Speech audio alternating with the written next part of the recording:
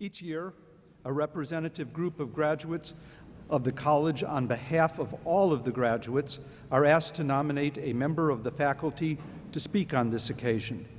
This year's faculty speaker is Melani McAlister, Associate Professor of American Studies. Professor McAlister.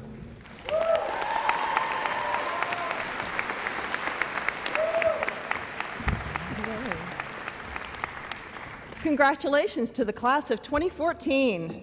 Yay. I'm delighted to be here to celebrate with all of you today. As you leave GW this weekend and head out into the next stage of your lives, you'll likely be thinking about your role in the world. Not just the world of your friends or your jobs or your city, but the world. The shrinking, connected, contentious globe that is our shared habitat. And that could involve, I hope it does, thinking about what it means to be a global citizen. Now, global citizenship is a very GW kind of term, and sometimes it's easy to throw around, but I think it is meaningful.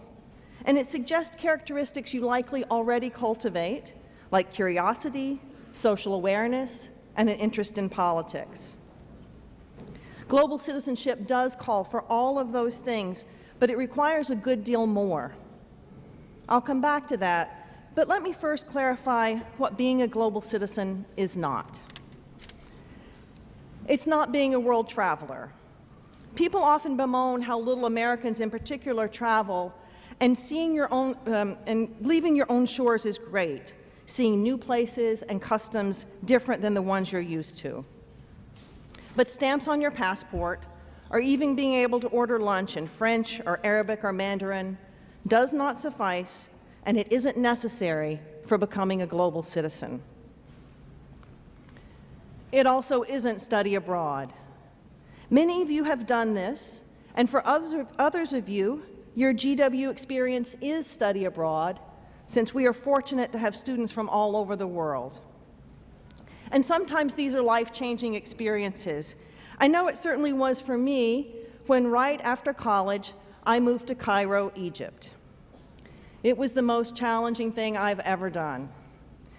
Growing up in a small town in North Carolina, then just showing up in a huge city, trying to learn a new language, being sensitive to values that weren't the ones I grew up with, living in a global capital, one that was competing hard for the honor of having the worst drivers in the world. And this was back in the day. No internet, no cell phones, no talks with mom. That year taught me a lot, but the most important thing it taught me was what I didn't know. I didn't know why the prospects for a poor person born in Cairo were so much worse than the prospects for even the poorest person born in my small town. Or why agriculture in Egypt seemed to be declining and the desert expanding. Or why my Egyptian friends had such a love-hate relationship with the United States. Although back then, many people really loved America, thanks largely, I gathered, to Michael Jackson. But I didn't become a global citizen when I moved to Cairo. I did become someone beginning the lifelong process of trying to challenge the borders of my own thinking. One of the best things about eventually becoming a professor is that I've been able to learn so much about global citizenship from my students. Let me tell you briefly about two of them, Chrissy and Michael. They took a class with me on U.S. Middle East cultural encounters just about 10 years ago in the fall of their freshman year. Chrissy, an outspoken Egyptian-American woman from Florida, fluent in Arabic, knowledgeable about the Middle East, and not short on opinions. Michael, a sincere, quiet white guy from New Jersey who just thought the class might be cool. They became unlikely best friends. After they graduated, Chrissy began a joint degree in law and public policy. Since then, she's traveled to India on research, interned at the United Nations, protested U.S. foreign policy, and demonstrated against gender discrimination in her law school. Oh, and she harangued me until I changed my credit card from a bank she didn't approve of. Next fall, she's on her way into the U.S. State Department, which should be an adventure for her and likely for them as well. She's a global citizen, definitely. But no more than Michael, who doesn't speak another language and has maybe been to London. He worked for a while in D.C. and then went to business school at a university I won't mention, somewhere north of here, which he chose because it was hospitable to gay students. And now he's just started a job at Google as one of the people in charge of investing all that extra cash they have lying around over there. Now, unlike Chrissy, Michael's no firebrand. He's moderate.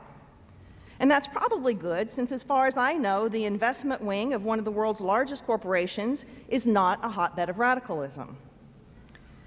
But he's no less committed to thinking about how his decisions impact the rest of the world. Michael knows that he's going to have to engage with real, tough questions about technology, freedom of information, and the transnational role of corporations. He doesn't think he knows the answers to all of those questions.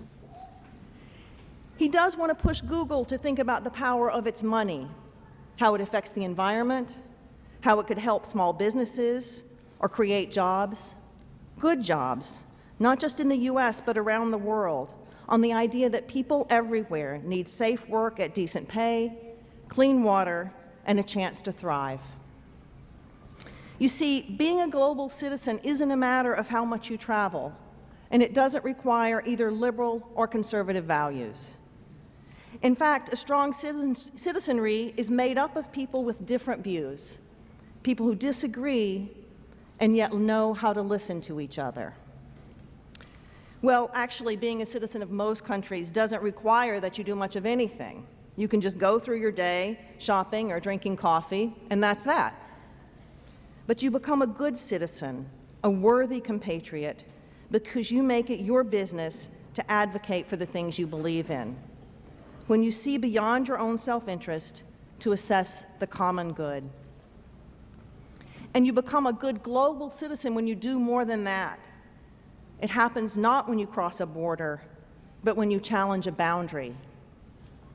Particularly the boundary that limits our awareness that we are linked to each other by webs of connection, be they economic, environmental, or emotional.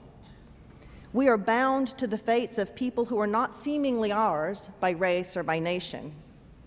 These ties are there whether we acknowledge them or not.